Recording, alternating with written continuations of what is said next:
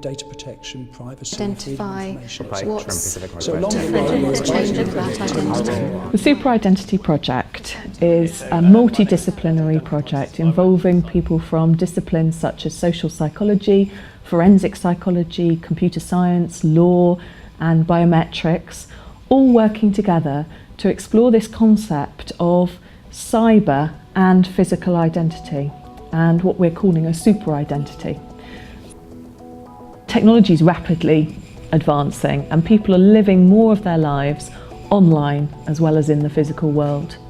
And this gives a whole new means for people to portray and display their identity in these arenas.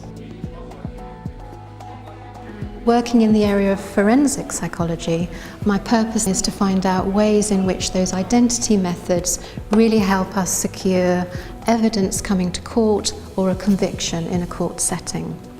Within the Super Identity Project, that means that I'm trying to understand very much how we represent identity in the physical world. How might that link to personality, and how might that link to digital identity?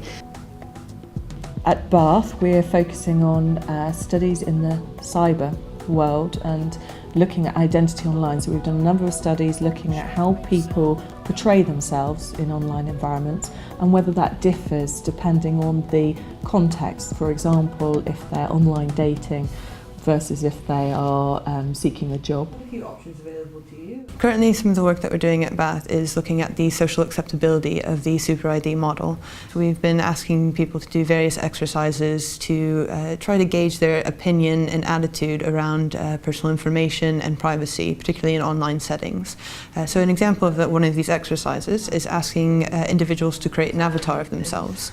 And this was really to facilitate a discussion around the types of information individuals may be providing in an online environment and how different identity attributes as well as personality attributes can come out of a creator's avatar.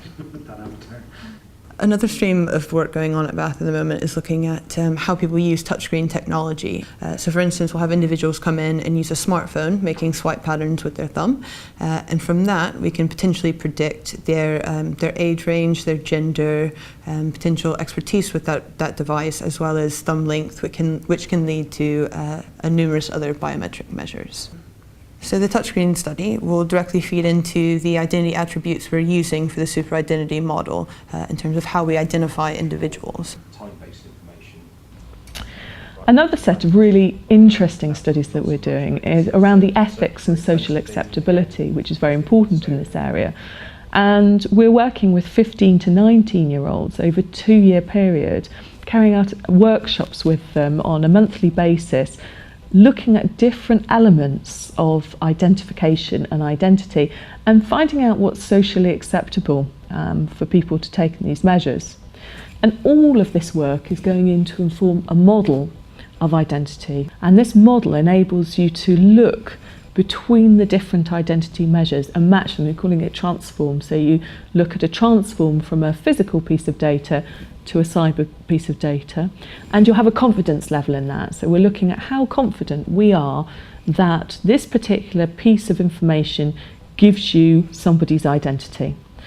So you'll be less confident in some measures than you will be in others. You're going to be very confident of something like an iris scan, and you might be less confident about how somebody's writing on a blog, for instance. My team's focus on the Super Identity Project is on the construction of the overarching model, the model that brings together all of these different ways in which we expose our identities and our psychologies online and offline. And ultimately, it is this computational model that's going to enable people to use super identity. So the project's really exciting because it enables us to explore identity from a number of different viewpoints, and the interdisciplinary views that will come into this from this team of experts that we have got in different areas on the project mean that hopefully we'll end up with an exciting prototype and a number of studies and user case studies. And for us at Bath, what's really exciting is that we can bring our psychology and human-computer interaction input into the project and use that to inform identity and who we are in the 21st century.